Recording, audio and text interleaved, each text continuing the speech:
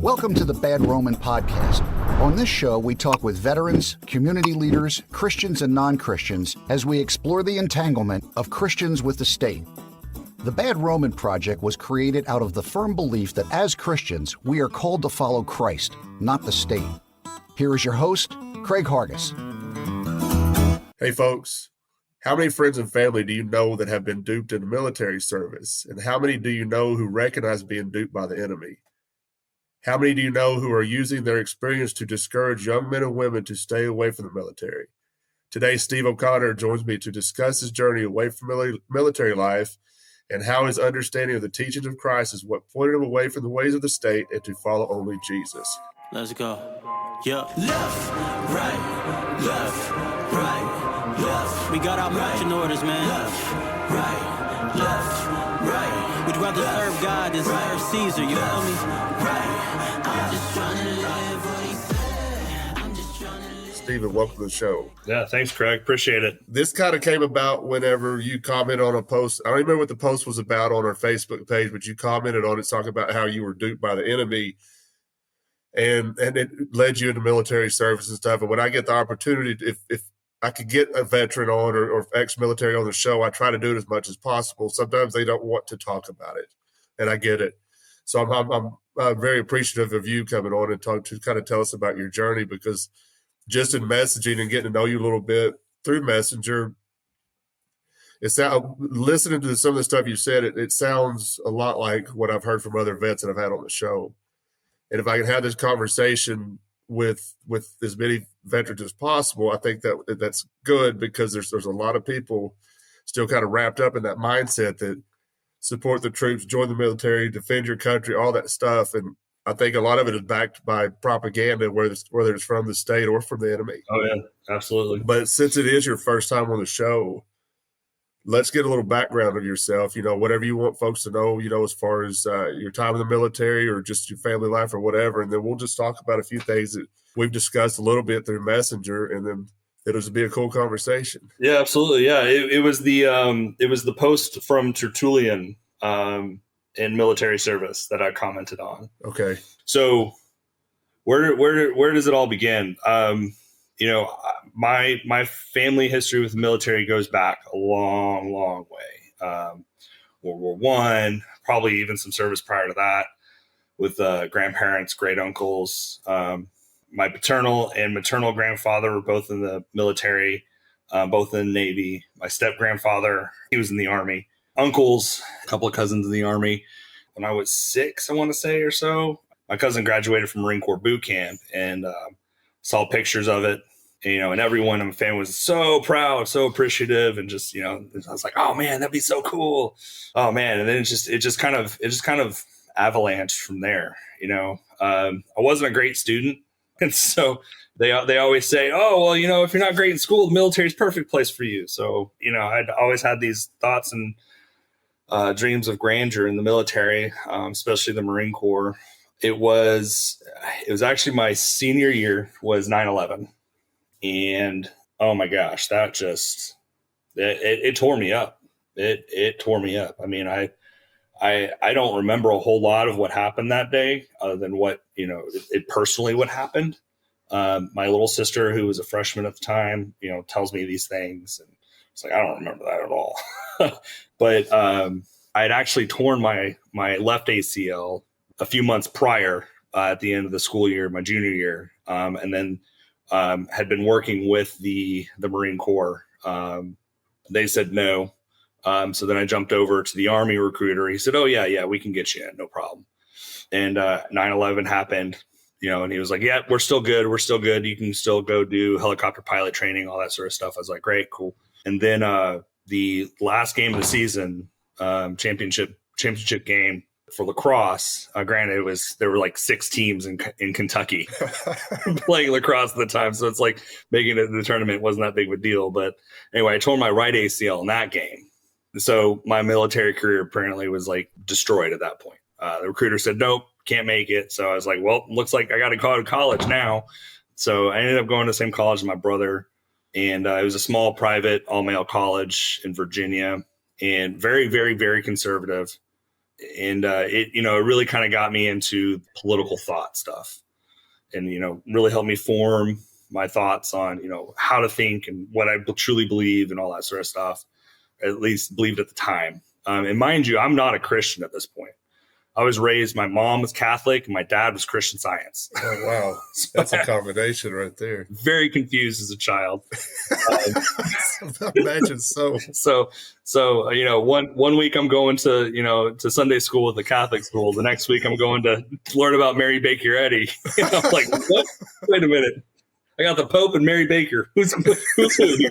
Who's right? Yeah. So it was definitely interesting, my religious upbringing, but not a believer, not a true believer, at least. I believed in God. So I thought that was enough at the time. Fast forward, do a semester in Washington, D.C. Actually meet my wife there. We date for a little bit, about a year and a few months later, we get married. I can drop out of college, go to California, too expensive. So we moved to Colorado. Because at the time, Colorado was not expensive. Now it's just as expensive as California. And she ends up working with a prior Marine recruiter. And she's like, oh, yeah, my husband was going to go to the Marine Corps, but he tore his knees, so they wouldn't let him in. And I was actually working with the Navy at the time to go and become an RP, a religious personnel, or religious protector. Basically, the guy that walks around with all the chaplains. Because I had become Christian. I got baptized the summer my wife and I met. Her faith, really kind of drew me in. And then my growth and my fire as a new believer just, was just on fire. And so it drew her closer again. And so through that, we just kept on drawing each other closer. So I started working with a Navy recruiter to do this RP stuff. She was working with this Marine recruiter. He's like, oh, well, the Marine and the Navy are the same thing. So if he's joining the Navy, he can join the Marine Corps. I get off of work, and there's 3 bald dudes, shaved heads, typical Marine looking dudes standing around my truck as I walk out closing up business. And they're like, are you Steve? I'm like, just kind of staring at them. And they're like, it's okay. Your wife said it's okay.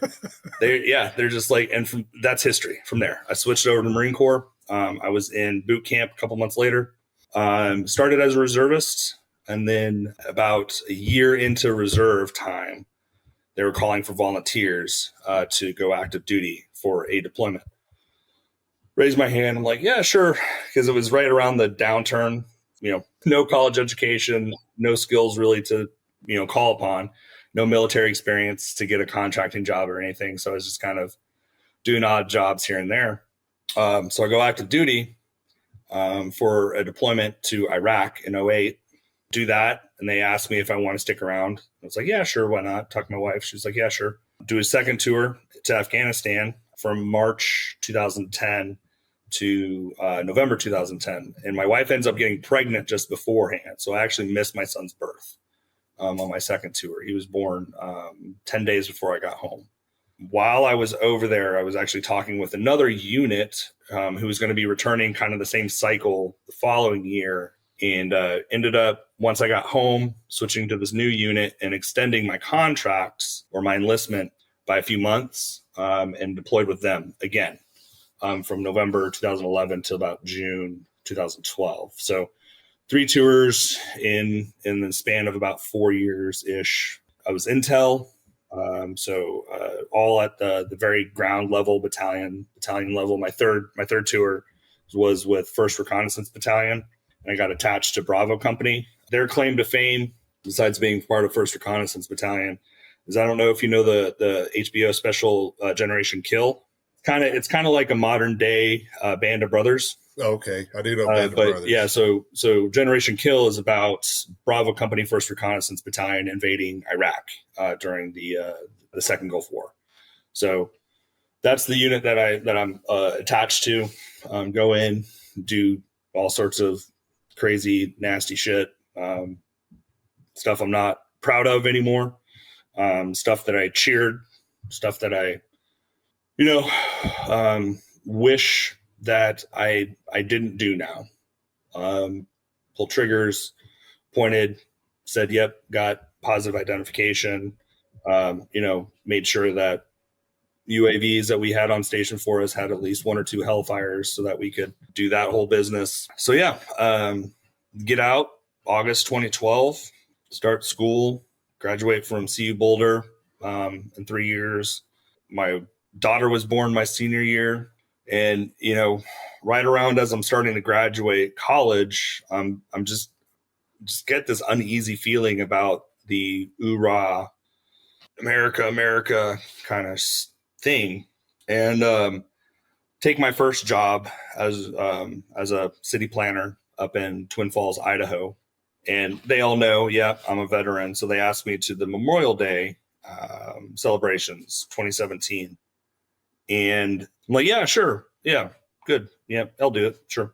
And so we're all standing around, flag goes up, and the Pledge of Allegiance starts being said. And it was the first time I actually listened to what the Pledge of Allegiance says. I pledge allegiance to the flag of the United States of America. And I said that first line. I was like, what? In my brain, I'm just like, what in the hell am I doing? What is this garbage I am saying? And I'm just like, I'm so confused. Like I want to drop my hand in the moment and just be like, my body but my mind at the time is just fighting me and my thoughts and my heart. And I'm just like, what is going on? And it's like, from there, I just don't know what to do. But I do know at that point in time that, I realized that the American flag is a golden calf for America. 100%. And I think they are begging for people to come join the military. They're doing all kinds of things. Like from what I heard, recruitment percentages are way down. I saw a post on Facebook about that one day, and I said, I think this is fabulous. And it upset the guy that said it because he just thinks I wanted a weaker country. And I'm like, I think it's great that people don't want to kill somebody else for their government. That's what it boils down to me when I see these wars. Yeah, and I agree. I agree with that. Like, but my belief as to why recruitment's down is because there are no wars. Like, because you're going to go into the military, you're going to do what? Like, when I was in the military, I hated being stateside. Hated it. It was the worst.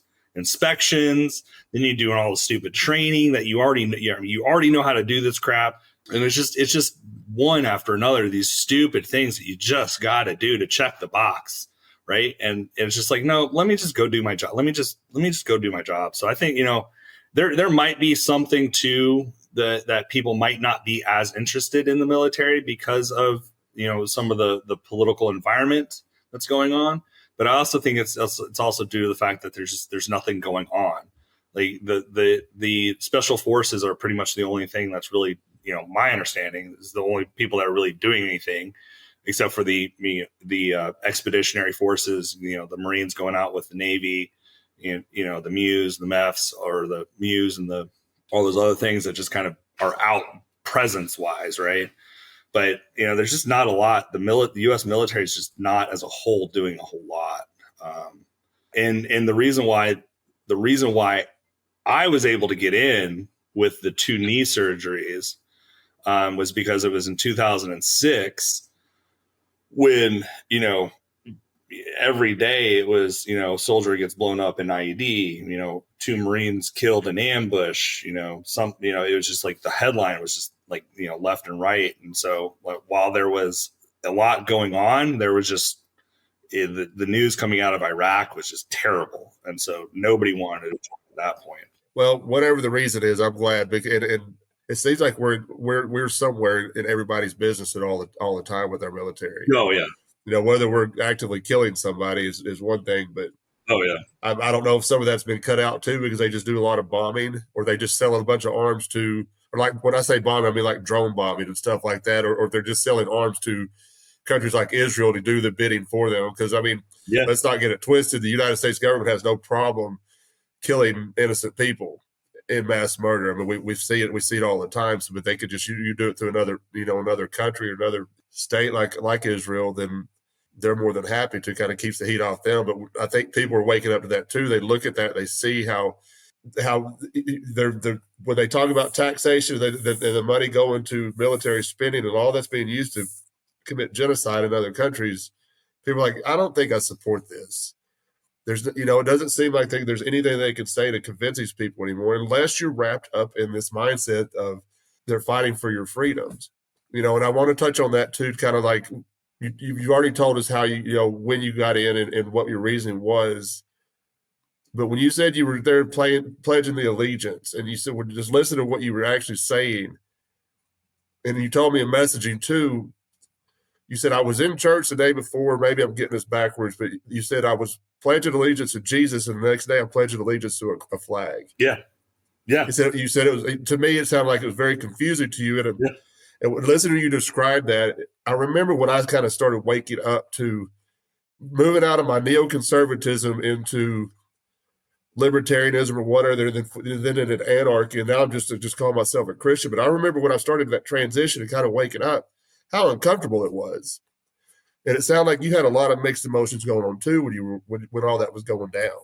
Yeah. And that's, I'd say that's when my anxiety and my PTSD really started kicking in, is when I started having those conflicting, is this because, I truly thought that I was doing God's bidding, like I was, just an extension of God's hand when I was over there doing what I was doing. Right. Right. And then all of a sudden have this thought that, wait a minute, maybe I wasn't, right? Like that's for someone who was over there doing that, that can be just damning. And, by the grace of God, I was able to recover from it. I was able to, find a better route or look to Jesus and look to that as to ask the questions, and then be given the grace to learn that, well, no, that's not what I wanted you to do, but you're still forgiven. And you're still loved, but don't squander this. And so it's, it years. That was 2017. Here it is, 2024. I struggle with it less and less, but those first few years, it was tough. It was just like, do I, everyone else is standing for the Pledge of Allegiance. Do I just stand and just put my hand on my heart and not say the words? And that's kind of like, it was just a kind of a slow progression. I would stand, put my hand on my heart. And then next thing I know, a few months later, it's like, okay, I'm just not going to put my hand on my heart. I'm just going to stand.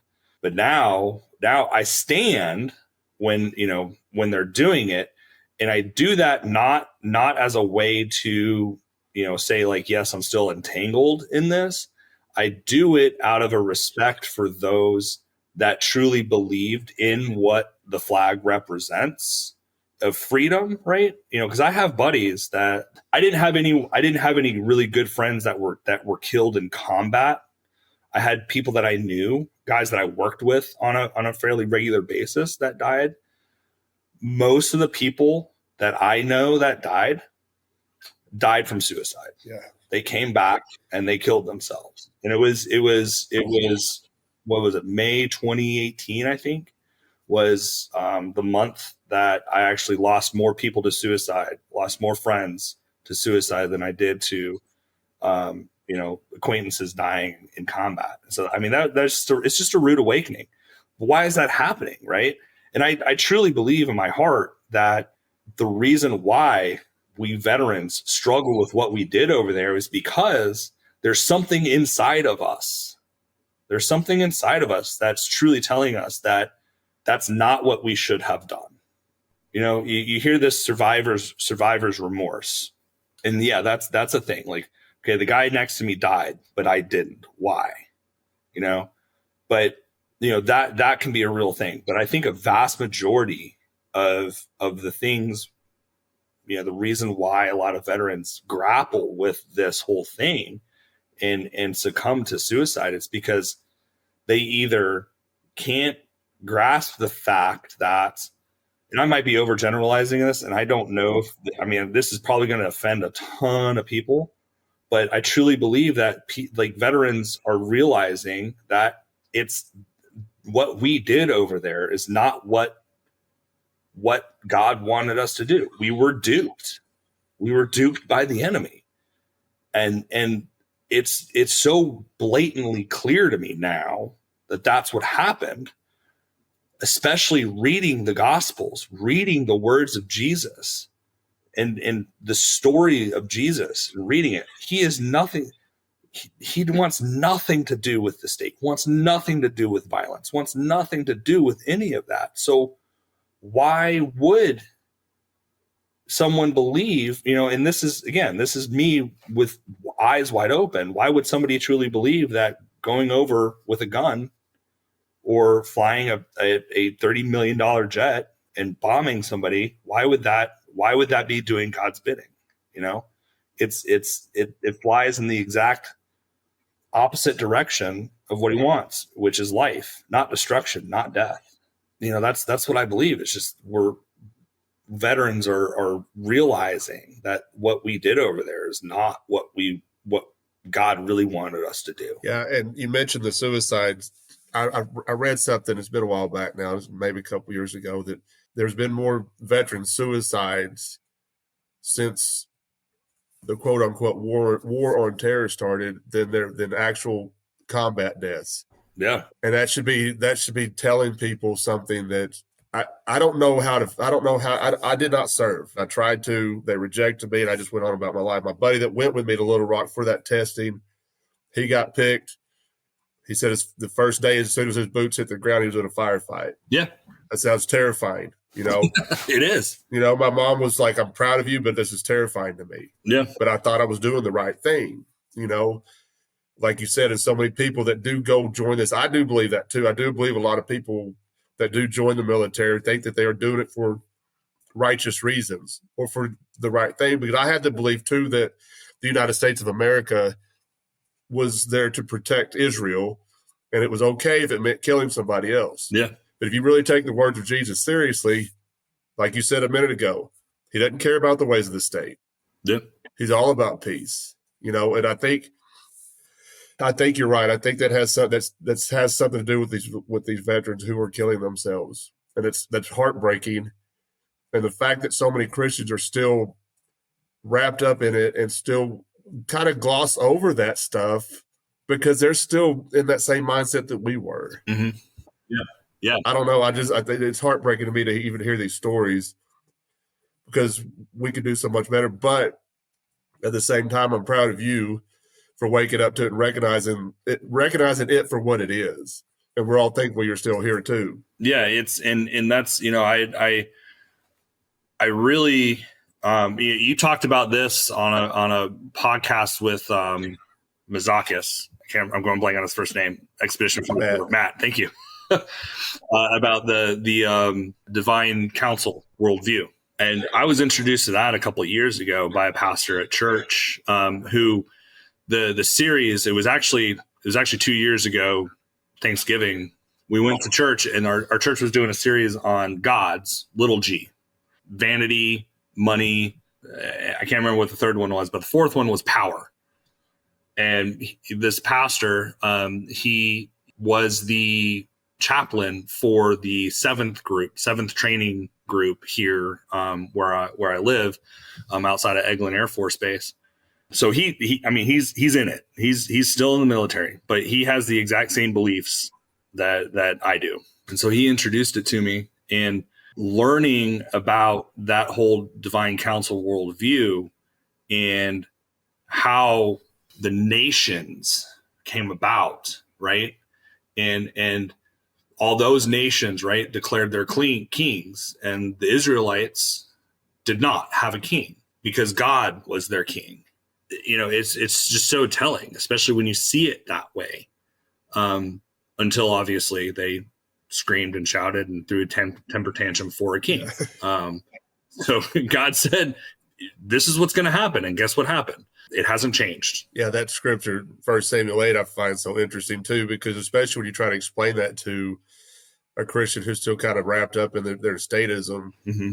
they somehow they can gloss over it because, you know, what God said is going to happen is still happening today. And that has not changed. He was right then. And he's still right about it. You know, so, I mean, obviously he's going to be right about it. He's God, right? So, Yeah. Why anyone questions it? if we can't trust anybody else in this world, it should be God. Yeah, exactly. So, yeah, but it's so crazy living where I live, because our entire, you know, this place wouldn't exist if it wasn't for the Air Force Base. And, you know, I've worked for one of the local municipalities here, and that's also been a tough thing for me, because I've always worked since graduating from CU Boulder. I've always worked in the public sector, going on 9 years now. I didn't really have the anti-state viewpoint until a few years ago, when it was just like, okay, well, where does it end kind of question, right? Well, if we do this one thing, it's just that slow creep, right? You put one regulation in, well, okay, well, we're going to regulate that. Well, why can't we regulate that, right? And there's just that slow creep. And so, you know, working at the local level, you know, you got the federal government, then you got the state government, then you got the local municipality. It's just like they're just extensions. It's just a smaller extension of the larger state. And so that's just been difficult for me to grapple with. And, you know, so it's hard to switch. It's hard to switch when, especially my line of work from public to private sector, until you get a few more years under your belt. But it's not like I won't. But thinking about what does God really want for us? What does and how does that work? And then for someone like me who was in the military, what is it now that I see the light? What is it that I need to do? And I grappled with this with the pastor that introduced me to the Divine Counsel Review stuff. And one of the last meetings that we had before he got stationed out in Colorado was a discussion on Paul. You know, Paul was, by all intents and purposes, a soldier for the high council, the high priests of Israel, right? Going around killing Christians, and he thought he was doing God's work. But his whole mission changed, right? His whole thought process changed on that road to Damascus. And it took him a little bit. It took him a little while to actually get going on his mission, on his missionary work with the nations. But from my understanding and from what I've read and from what other people have told me, he felt that he needed to reach the nations, you know, all Tartarus or old world Spain or whatever it was. And he believed once he got there, that was it. He needed to get there. And then God's, promise will be fulfilled at that point. Obviously that didn't happen, but now that I see the light, what is the nation that I'm being called to now open the light to? My pastor friend and I talked about this, and it was just like, well, maybe the veteran community is my nation. Maybe the veteran community is the nation that I need to go and preach to. If I'm not mistaken, please, anybody listen to this, please feel free to correct me. But when they talk about nations, they're really just talking about people. So that could be. It's not a nation state. They're just talking about the people. So that could be your calling. And that's my understanding too. And if there are any scholars out there, please correct. That's because I am by no means a scholar. Me neither. That's why I talk to people a lot smarter than me on this show. I think we both established that pretty early on in the show that we're not. Yeah. But so it's just like that concept is also new to me too, right? And I have a young family, and my wife works. She travels for work. It's like, okay, so how does that play out as a father, as a husband, with this young family, in raising them right and raising them up, not necessarily in the focus or the non-options that I didn't have growing up, right? Because to me, like growing up, I had two options. I had college and the military. That was it. I don't want to raise my children like that. I want them to know that there are more options than the military. In fact, I'll tell them, my son just turned 14 recently. He is a boy, picks up a stick and it turns into a gun. But we have that conversation. It's just like, well, what is it that you're trying to do with that? Right. Is it necessary? and we have little Nerf guns as well. But I have the rule. We don't point guns at people. We do not point guns at people. I still have guns. I've got a couple pistols, I've got a shotgun, I've got a couple rifles. I'm actively trying to sell my AR because I just don't need it. I don't need it. I got it because, it was the cool thing to have, but I don't need it. I'm trying to sell it. I'll end up probably dumping it here soon off with somebody who'll buy it, or maybe just even turning it in, because at the end of the day, I think it's just not a necessary tool. I'm going to keep my long rifle because there is something calming about shooting, going to the rifle range and just going through the whole process. And like that has a calming effect to me, but I'm not going out there with the intent of like, oh yeah, I'm going to, when the apocalypse comes, I'm going to post up on the parapet of my compound and start shooting zombies, or like that's just not my intent, right? Like it's just more of a if I ever get the chance to hunt again, I want to keep my skills sharp, because I do hunt. At least I hunted when I was out west, living out west in Colorado and Idaho. There's not much hunting here in Florida. There is, but it's not what I'm looking for. So, but yeah, it's like trying to raise my son in a world where there is not a single person in my neighborhood. We live in a tiny neighborhood of about 16, 17 homes. There is not a single person in our community that is not some way tied to the military. They're either in the military, they're a contractor for a company that supports the military, or they own a contracting company that supports the military, or they're retired from the military. And so it is so hard in this community to not have that, that militaristic mentality.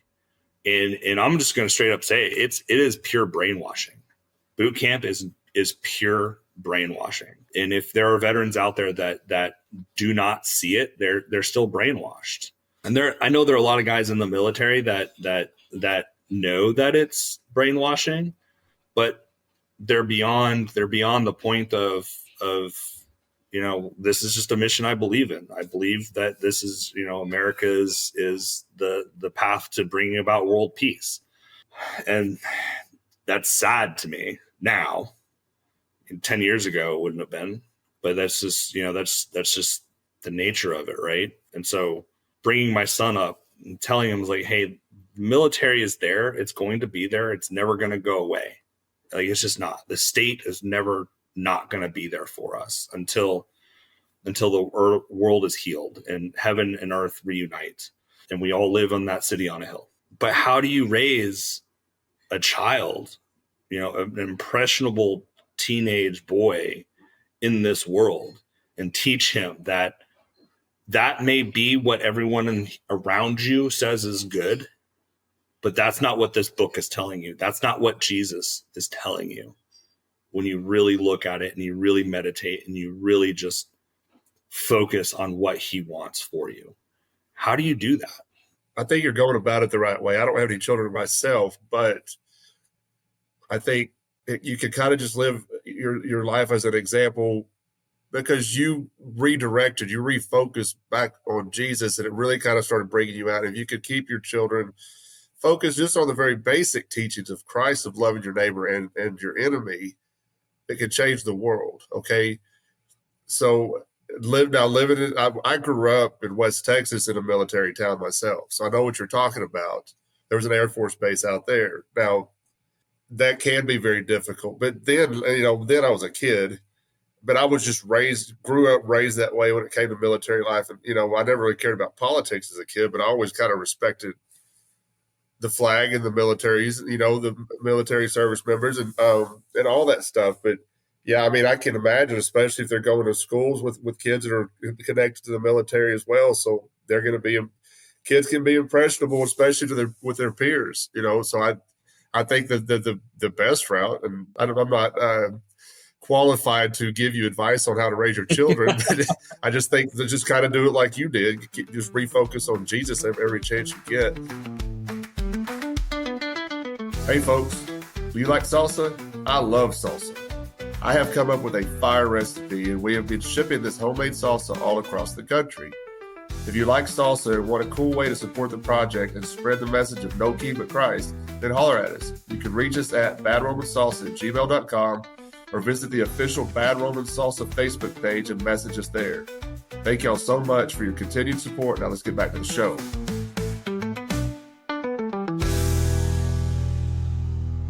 I am kind of curious too, though.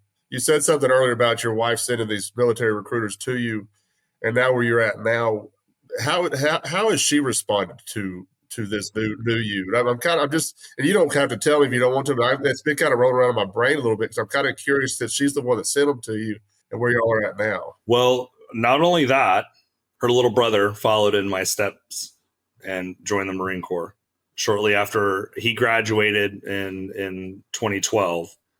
Shortly before I got out and joined the military, went to boot camp. I think he graduated the winter of 2023, so January, February. And so not only, was she the one that drove the Marine recruiters to me, but, now her little brother is still in. And he's 11, 12 years now. And he's kind of coming to that crossing the road. Do I stay in or do I get out? And I've had conversations with him.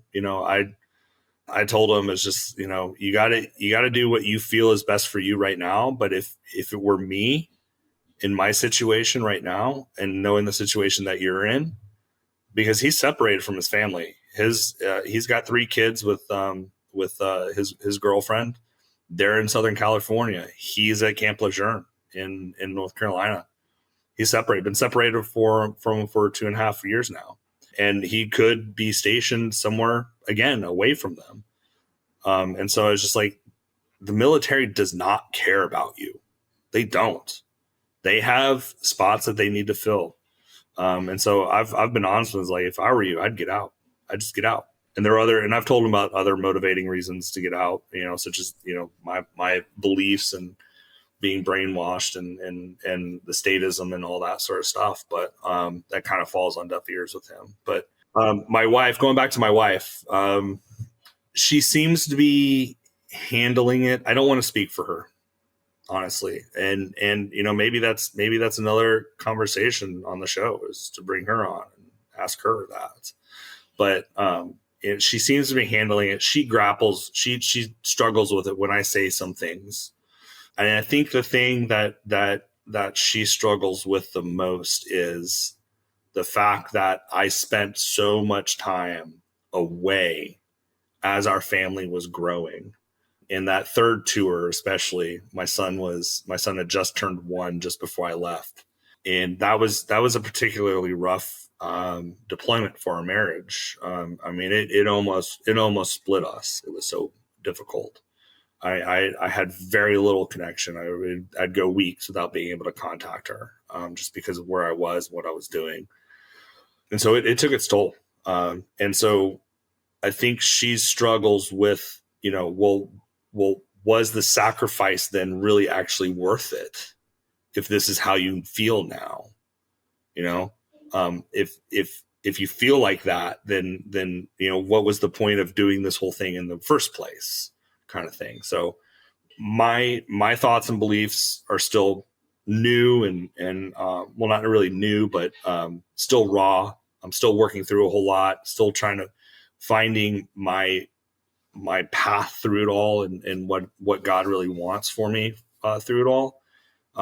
So I think it's still really raw for her too, and difficult. We have conversations from time to time, but it's a difficult conversation to broach, obviously. And like I said, I think before we started recording, I missed my son's birth on my second tour. I got pregnant just before I left for pre-deployment training, which is like a month away, 5 weeks out in the Mojave Desert doing stuff.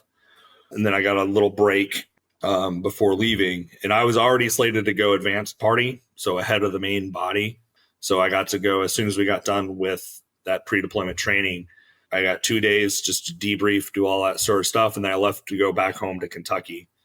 But I came home that night, and it was right around my birthday, And, she said, "Hey, I got a surprise for you." And it was a little hunt, one of those treasure hunts, one clue here, one clue there. And it finally led to a little bag with the pregnancy test on it and everything. It was really cute. I loved it. I left and my wife was still skinny. I came home and my wife was skinny, but now there's this baby in the crib crying. So, it was almost like Insta baby for me. We stayed in touch and we had some connectivity, a lot of connectivity. I was able to watch the birth. Luckily, barely got to watch it. We were doing some high level missions, hours leading up to that. My wife's pregnancy was 26 hours of active labor. So it was a long one. I was luckily able to catch most of it. And it was a rough pregnancy too. It ended up being an emergency C-section. And I also had to choose. The doctor looked at me and was like, "Hey, you got to choose wife or son." And, there I was 14,000 miles away in the Afghan desert trying to make this decision. Going through all that and then missing the birth and then getting home 10 days later, there he is, holding him, and then moving units. And let's see here. I got home. So that would have been November 13th. And I left, so that was 2010, November 13th, 2010. And I left for Afghanistan on my second tour there, third overall, on November 18th, 2011. So that's 370 days, something like that, 370 days. Of those 370 days that I was stateside, I slept in my bed a grand total, and this isn't consecutive, this is just over those 370 days, a total of 60-something days, because I was just training so much for that last deployment, right? And so that takes a toll, right? I barely, there's between that period of me being home and me deploying, there's very few pictures of me and my son. Like, we went out on Father's Day. There's a couple pictures of him and I between there, but there's just not a whole lot of pictures, not a whole lot of time with all that. And then I leave and I'm gone for 8 months. Right. So I come home and he's, 18, 20 months or something like that, and he doesn't recognize me. And it's, in fact, it was funny. We finally kind of came together as a family, and my wife pulled her computer out, and my son, he was young, babbling, he pointed to the computer and he said, Dada, I want to talk Dada. And even though I was sitting right there, he thought that our whole relationship was through the computer. Right.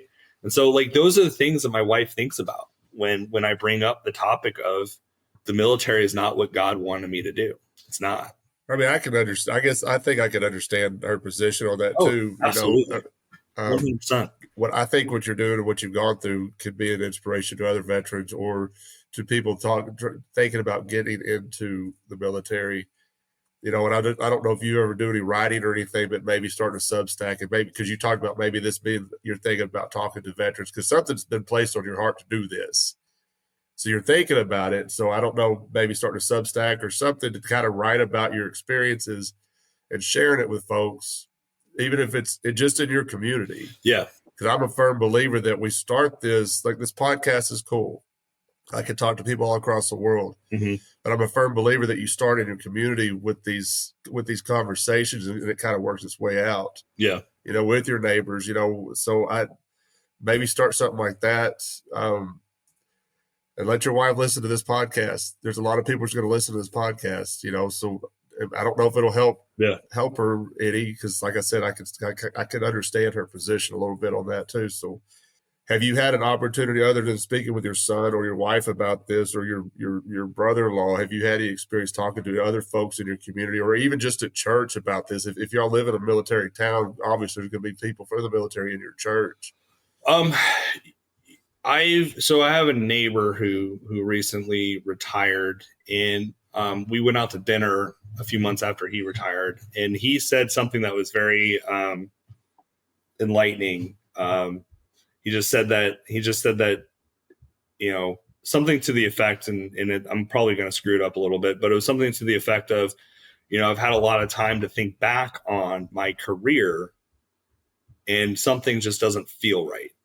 And I didn't want to jump right there and be like, oh, dude, well, it's because of this. I didn't want to jump at him right there. I was like, hey, man, sit in that, think about it. And let's go out and have a drink and talk about that, because I was there 10 years ago or 8 years, whatever it was. I was there. And he's a believer.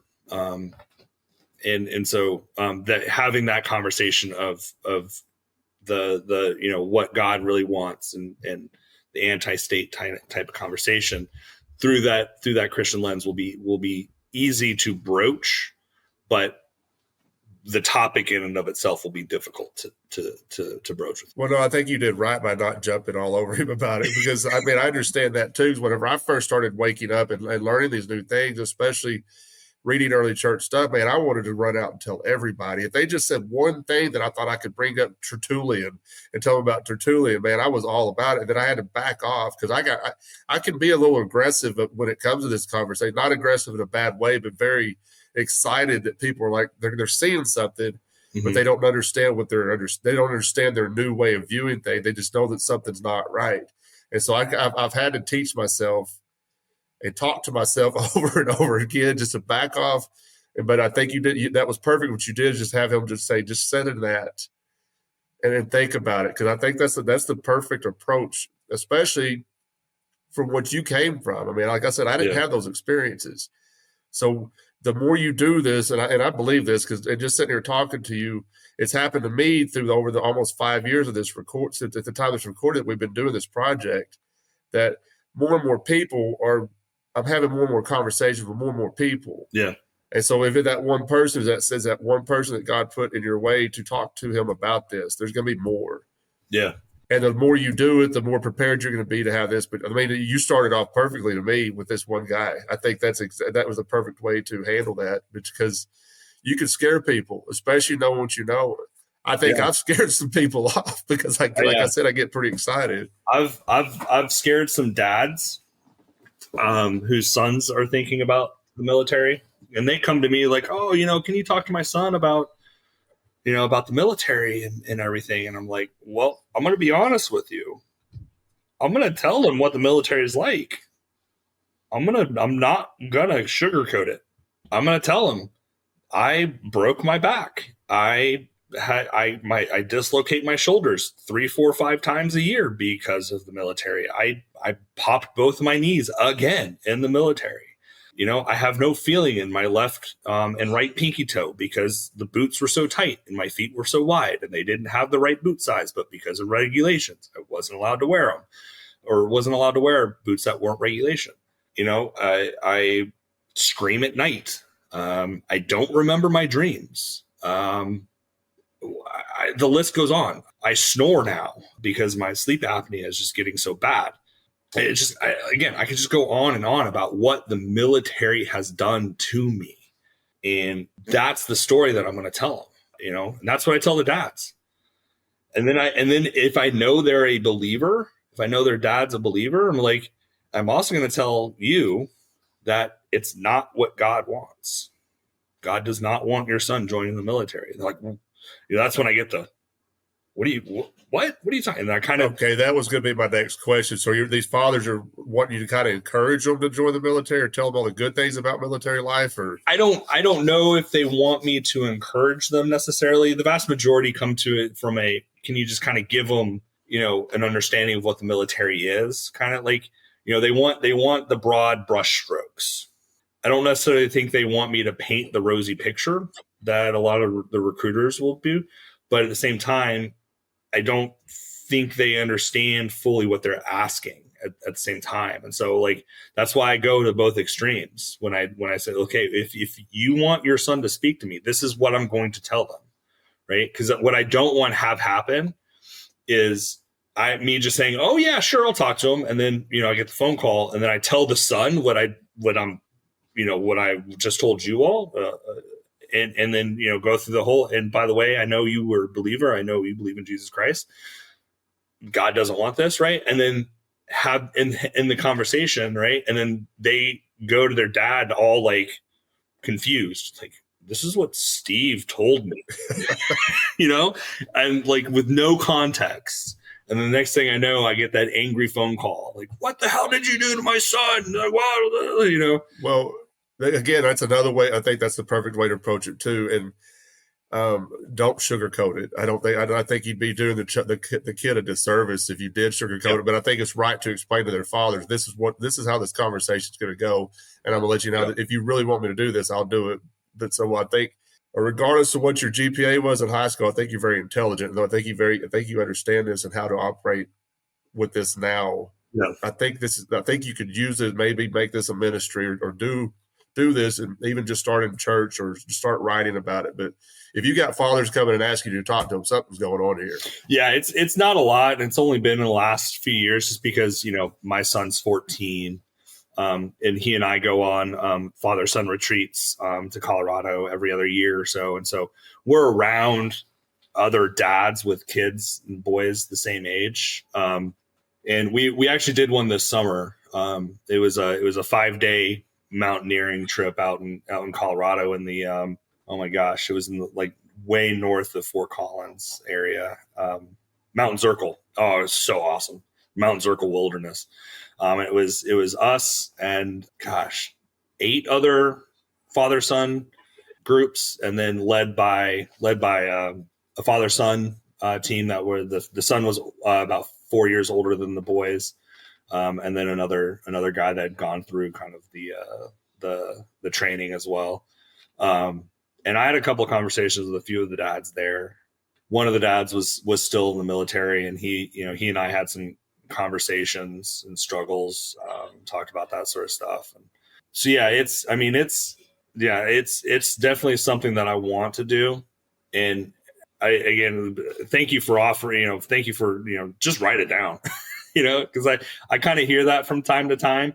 And I kind of just brush it off, but it's just reinforcing it. It truly, just getting it down, just getting thoughts down, I think is the right way to start. So for sure. And I encourage anybody that, especially if they got some experiences like this, just for anybody, I'm always encouraging people to put some content out there, because you're going to have something that's going to relate to somebody, and it's going to wake them up to their situation, or it's going to help if they're already thinking about it.